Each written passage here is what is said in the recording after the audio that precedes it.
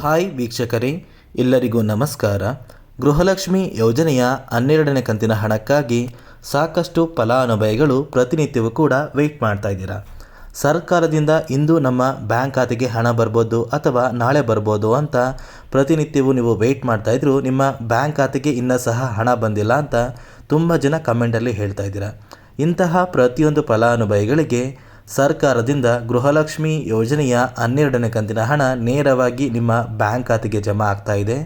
ನಾಳೆ ಶನಿವಾರ ಕರ್ನಾಟಕದ 17 ಜಿಲ್ಲೆಗಳ ಫಲಾನುಭವಿಗಳ ಬ್ಯಾಂಕ್ ಖಾತೆಗೆ ಗೃಹಲಕ್ಷ್ಮಿ ಯೋಜನೆಯ 12ನೇ ಕಂತಿನ ಹಣ ಜಮಾ ಆಗಲಿದೆ. ಹಾಗಾದರೆ ಬನ್ನಿ ವೀಕ್ಷಕರೇ, ಯಾವ ಜಿಲ್ಲೆಗಳಿಗೆ ಹಣ ಬರ್ತಾ ಇದೆ ಅಂತ ತಿಳ್ಕೊಳ್ಳೋಣ. ಅದಕ್ಕಿಂತ ಮೊದಲು ವಿಡಿಯೋ ನೋಡ್ತಾ ಇರುವ ಪ್ರತಿಯೊಬ್ಬರ ಹತ್ರ ಕೂಡ ಒಂದು ಚಿಕ್ಕ ರಿಕ್ವೆಸ್ಟ್ ಇದೆ. ನೀವೇನಾದ್ರೂ ಇನ್ನೂ ಸಹ ನನ್ನ ಚಾನಲ್ನ ಸಬ್ಸ್ಕ್ರೈಬ್ ಆಗಿಲ್ಲ ಅಂದರೆ ದಯವಿಟ್ಟು ಪ್ರತಿಯೊಬ್ಬರೂ ಸಬ್ಸ್ಕ್ರೈಬ್ ಬಟನ್ ಮೇಲೆ ಕ್ಲಿಕ್ ಮಾಡಿ ನನ್ನ ಚಾನಲ್ನ ಸಬ್ಸ್ಕ್ರೈಬ್ ಮಾಡ್ಕೊಳ್ಳಿ. ಹಾಗೆ ವಿಡಿಯೋಗೆ ಒಂದು ಲೈಕ್ನ ಕೊಡಿ. ಹೌದು ವೀಕ್ಷಕರೇ, ಗೃಹಲಕ್ಷ್ಮಿ ಯೋಜನೆಯ 12ನೇ ಕಂತಿನ ಹಣಕ್ಕೆ ಸಾಕಷ್ಟು ಫಲಾನುಭವಿಗಳು ಪ್ರತಿನಿತ್ಯವೂ ವೆಯ್ಟ್ ಮಾಡ್ತಾ ಇದ್ದೀರಾ.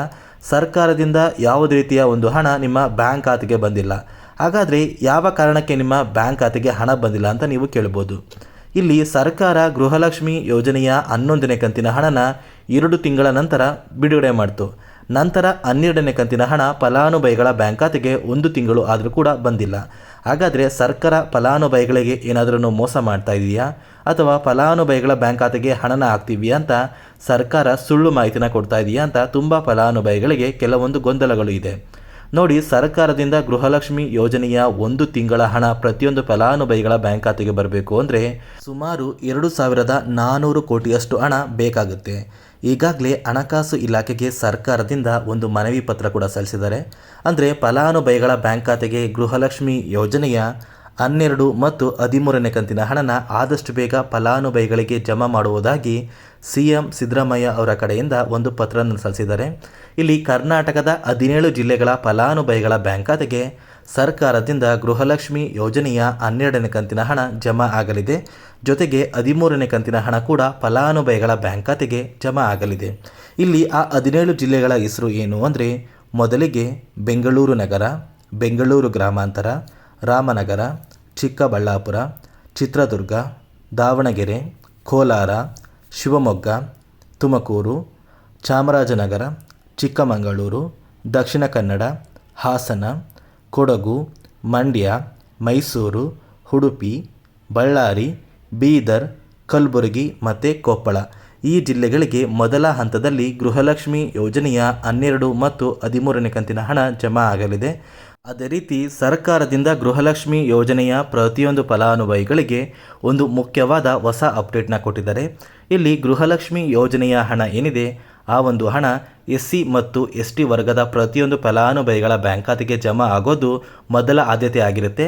ಇಲ್ಲಿ SC ST ವರ್ಗದ ಫಲಾನುಭವಿಗಳಿಗೆ ಸರ್ಕಾರ ಮೊದಲನೇ ಗೃಹಲಕ್ಷ್ಮಿ ಯೋಜನೆಯ ಹಣನ ಜಮಾ ಮಾಡ್ತಾರೆ. ನಂತರ ಉಳಿದ ವರ್ಗದ ಫಲಾನುಭವಿಗಳ ಬ್ಯಾಂಕ್ ಖಾತೆಗೆ ಹಣನ ಜಮಾ ಮಾಡ್ತೀವಿ ಅಂತ ಸಚಿವೆ ಲಕ್ಷ್ಮೀ ಹೆಬ್ಬಾಳ್ಕರ್ ಅವರೇ ತಿಳಿಸಿದ್ದಾರೆ. ಹಾಗಾದರೆ ಉಳಿದ ವರ್ಗದ ಫಲಾನುಭವಿಗಳಿಗೆ ಹಣ ಬರೋದಿಲ್ವಾ ಅಂತ ನೀವು ಕೇಳ್ಬೋದು. ಪ್ರತಿಯೊಂದು ವರ್ಗದ ಫಲಾನುಭವಿಗಳ ಬ್ಯಾಂಕ್ ಖಾತೆಗೆ ಸರ್ಕಾರದಿಂದ ಹಣ ಜಮಾ ಆಗುತ್ತೆ. ಇಲ್ಲಿ ಸಾಕಷ್ಟು ಫಲಾನುಭವಿಗಳು ಇರುವ ಕಾರಣ ಸರ್ಕಾರ ಮೊದಲ ಆದ್ಯತೆಯಲ್ಲಿ SC ಮತ್ತು ST ವರ್ಗದ ಫಲಾನುಭವಿಗಳಿಗೆ ಹಣನ ಜಮಾ ಮಾಡ್ತಾರೆ. ನಂತರ ಉಳಿದ ಫಲಾನುಭವಿಗಳಿಗೆ ಕೂಡ ಹಣ ಜಮಾ ಆಗೇ ಆಗುತ್ತೆ. ಈಗಾಗಲೇ 1 ತಿಂಗಳಿಂದ ಸರ್ಕಾರ ಗೃಹಲಕ್ಷ್ಮಿ ಯೋಜನೆಯ 11ನೇ ಕಂತಿನ ಹಣನ ಫಲಾನುಭವಿಗಳ ಬ್ಯಾಂಕ್ ಖಾತೆಗೆ ಬಿಡುಗಡೆ ಮಾಡಿತ್ತು. ಆ ಒಂದು ಹಣ ಈಗಾಗಲೇ ಸುಮಾರು 90ರಷ್ಟು ಫಲಾನುಭವಿಗಳ ಬ್ಯಾಂಕ್ ಖಾತೆಗೆ ಜಮಾ ಆಗಿದೆ.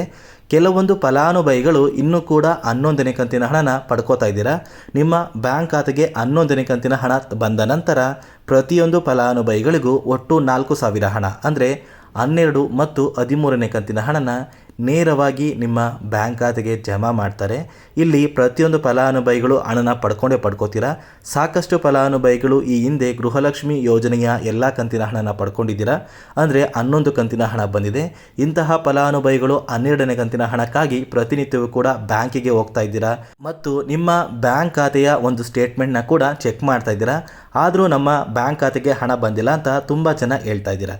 ನೋಡಿ, ಸರ್ಕಾರದಿಂದ ಗೃಹಲಕ್ಷ್ಮಿ ಯೋಜನೆಯ ಹಣ ಒಂದು ಸಲ DBTಗೆ ಕಳಿಸಿದ್ರೆ ಸುಮಾರು 15 ದಿನಗಳ ಕಾಲಾವಕಾಶ ಬೇಕಾಗುತ್ತೆ ಫಲಾನುಭವಿಗಳ ಬ್ಯಾಂಕ್ ಖಾತೆಗೆ ಸೇರೋದಕ್ಕೆ. ಅಂದರೆ ಒಂದೇ ಸಲ ಪ್ರತಿಯೊಂದು ಫಲಾನುಭವಿಗಳಿಗೂ ಹಣ ಬರೋದಿಲ್ಲ. ಯಾಕಂದರೆ ಗೃಹಲಕ್ಷ್ಮಿ ಯೋಜನೆಯಲ್ಲಿ ಸುಮಾರು 1,23,00,000 ಫಲಾನುಭವಿಗಳು ಇರುವ ಕಾರಣ ಹಂತ ಹಂತವಾಗಿ ಪ್ರತಿಯೊಂದು ಫಲಾನುಭವಿಗಳ ಬ್ಯಾಂಕ್ ಖಾತೆಗೆ ಗೃಹಲಕ್ಷ್ಮಿಯ 2,000 ಹಣ ಬಂದು ಜಮಾ ಆಗುತ್ತೆ. ಮತ್ತೆ ವೀಕ್ಷಕರೇ, ಇದಿಷ್ಟು ಗೃಹಲಕ್ಷ್ಮಿ ಯೋಜನೆ ಕುರಿತು ಸರ್ಕಾರದಿಂದ ಬಂದಿರುವಂತಹ ಒಂದು ಹೊಸ ಮಾಹಿತಿಯಾಗಿದೆ.